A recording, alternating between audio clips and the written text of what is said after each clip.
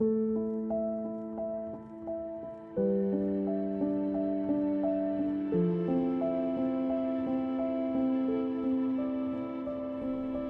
аз станах част от Темпрув като доброволец.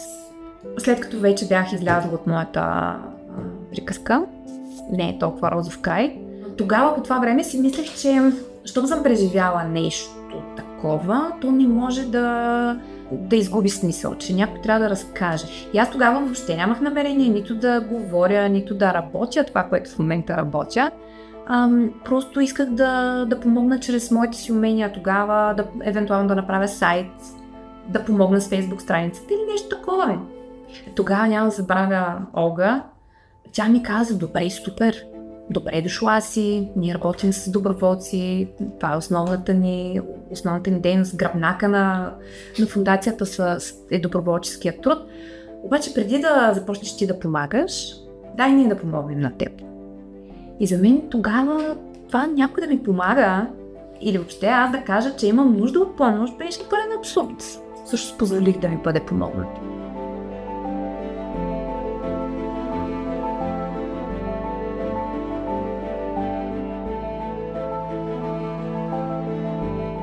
Аз съм нова и съм от Стара Загора.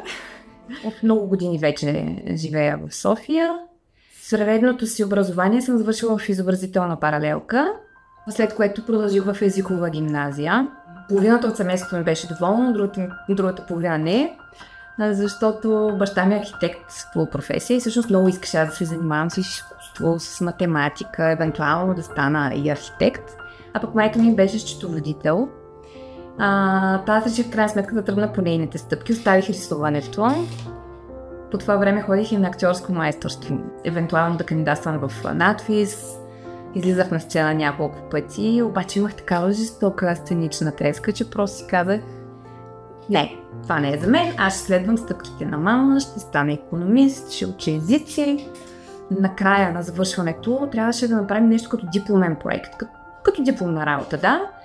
За да защитим всъщност езиковите си умения и да вземем една диплома, която ни отваряше вратите към много немски университети. Но трябваше да си изберем тема, на която да пишем. Една вечер сънувам, че пиша за домашното насилие. Не знам откъде дойде изобщо, наистина, защото аз всъщност до момента в живота си нямах никакъв сблъсък с темата. Нито в моето семейство, нито сред приятели. Познавах, бях чувала, но така или иначе тогава не се шумеше толкова, не се говореше толкова, колкото сега.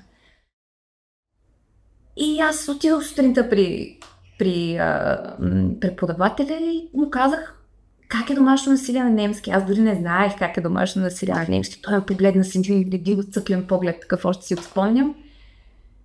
И ме пита: всичко вкъщи наред ли е? Защото човек не се избира така случайно тази тема.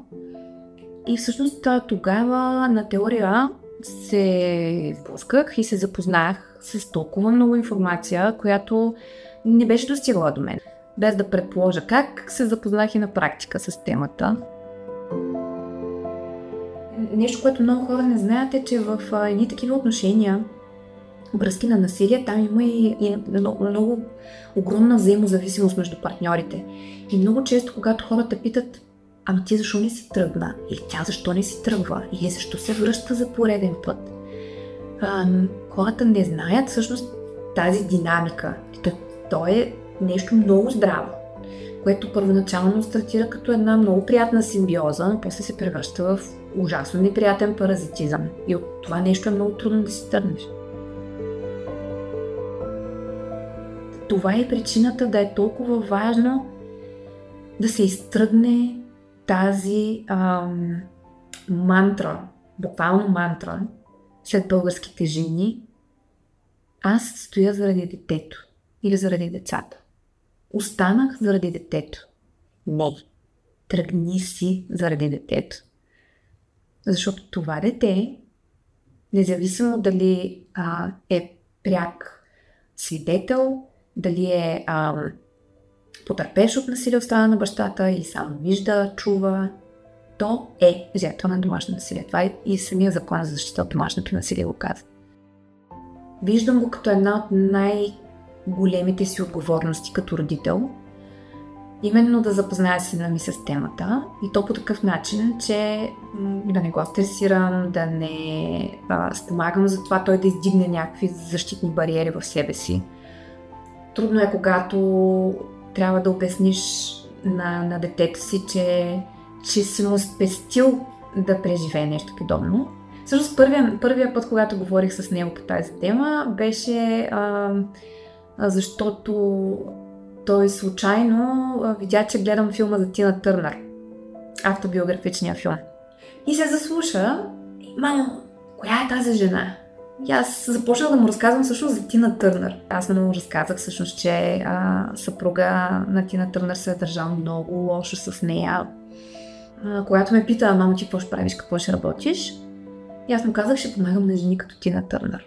И сега в училище, когато го попитат, той така отговаря, и ако някой вече не знае коя е Тина Търнър или какво е преживяла, той казва: жени, на които мъжете им се държат лошо с тях.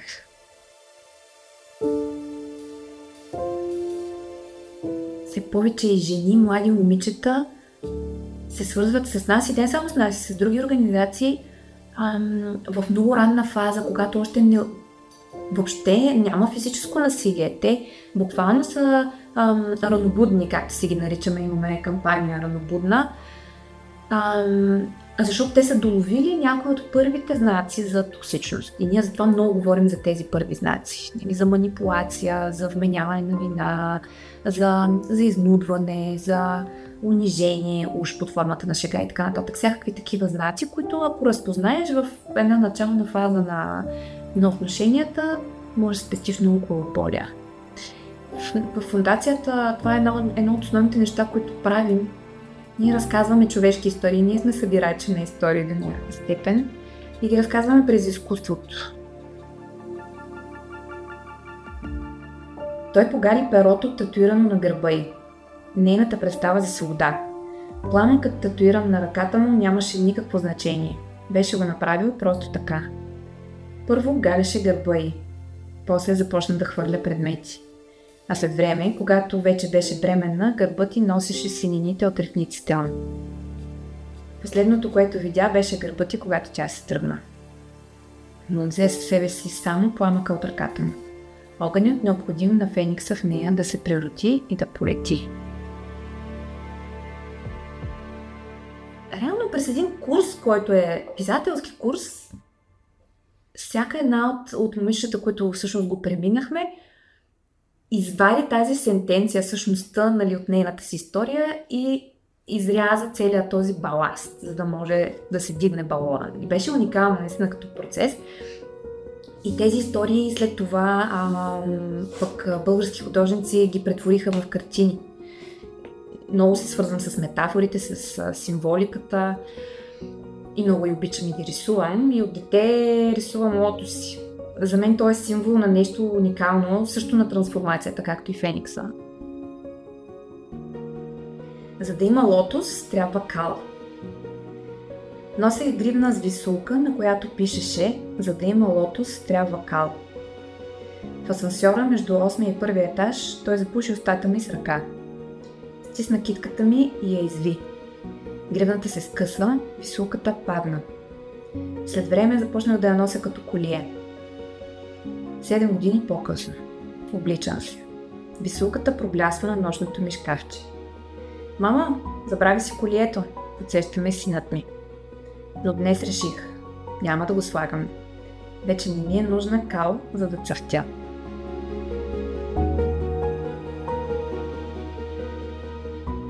Разбирам, че в основата на всеки акт на жестокост към друго човешко същество, в много от случаите стои жестокост, която е проявена и към този, който я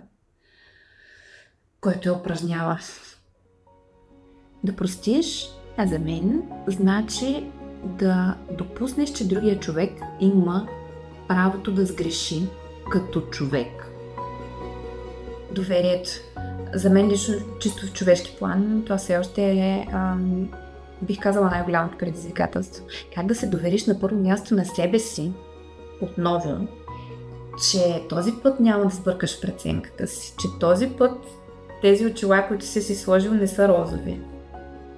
Дали с жените, с които работим, ние винаги казваме, има една крива, когато излезеш от такива отношения, има една крива, която е пикове, спадове в самоувереността, в енергията, в всичко смисъл. Има дни, в които не се чувстваш толкова добре, има такива, в които се чувстваш прекрасно. И това е нормално и трябва да знаеш, че ще минеш през това, трябва да го очакваш, че ще минеш през това. И когато някой ти каже, окей да се чувстваш зле, окей да си дадеш това време да се възстановиш, нали? И това ще мине. Колкото и да е банално, и това ще мине. Просто вярвай в себе си, вярвай, че ще мине. Абсолютно всяка една жена, която преживява насилие, или мъж, и който излезе от подобни токсични отношения, носи такава гигантска сила в себе си, че единственото, което трябва и може да направи с тази сила е да я пръсне, да заговори за нея, да започне да вдъхновява с нея. Едно от най-хубавите неща, които научих всъщност и много често си го повтарях, аз даже си го бях написала някъде на лист, си спомням, е, че не е толкова лошо да стигнеш дъното. Защото когато стигнеш дъното, пътя е само нагоре. И тогава спрях да се страхувам толкова много от това, че съм на това дъно. Наистина трябва да ти се случат много гадни неща и много трудни неща, за да разбереш каква огромна вътрешна сила имаш ти и какъв страхотен човек си. Нали, понякога трябва да се сблъскаш с една толкова голяма нелюбов, когато някой ти вменява, че не си достоен човек, че не ставаш за нищо, че си кръгла нула, че ти в този живот без мене си нищо и въобще кой тебе освен мен би те харесал и така нататък и така нататък. Трябва да се сблъскаш с това, да го повярваш, за да може после, стигайки това дъно, да се оттласкаш в него и вече да разбереш наистина кой си. И да разбереш, че нищо от това, което ти е говорено, не е вярно. И в момента, в който го осъзнаеш, там идват крилете. Аз го виждам непрекъснато в работата си това. Е толкова вдъхновяващо, е толкова красиво. И просто виждаш как погледа на жените се променя. В началото те са с един такъв по-наведен, по-плах поглед, вярват на всяка дума, която им е казвана. Вярват, че наистина нямат способността да продължат сами напред. То е точно заради тази взаимозависимост. И виждаш как лека по лека тази глава се изправя, брадичката се вдига, очите почват да светят. Видях жени да стартират собствен бизнес. Видях жени да срещат половинките си. Аз съм малко суеверна от дете. И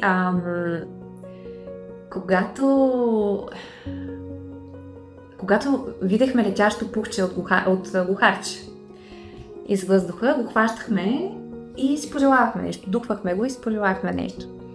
И другите деца казваха какво си пожелават. Обаче аз от малка имах усещането, че ако споделя за какво мечтая, тази мечта няма да се сбъдне. И винаги казвах тайна. И сега в момента съм си купила едно глухарче мисля, че епоксидна смола се нарича, такава топка. Всеки ден го гледам и всеки ден си казвам, не забравяй да мечтаеш, защото мечтите се сбъдват. Вярвам в това. Абсолютно категорично. Вярвам и в чудеса, вярвам и в любовта. Може би си мечтая повече хора да вярват в любовта и в глухарчетата. Да, но това мечтая.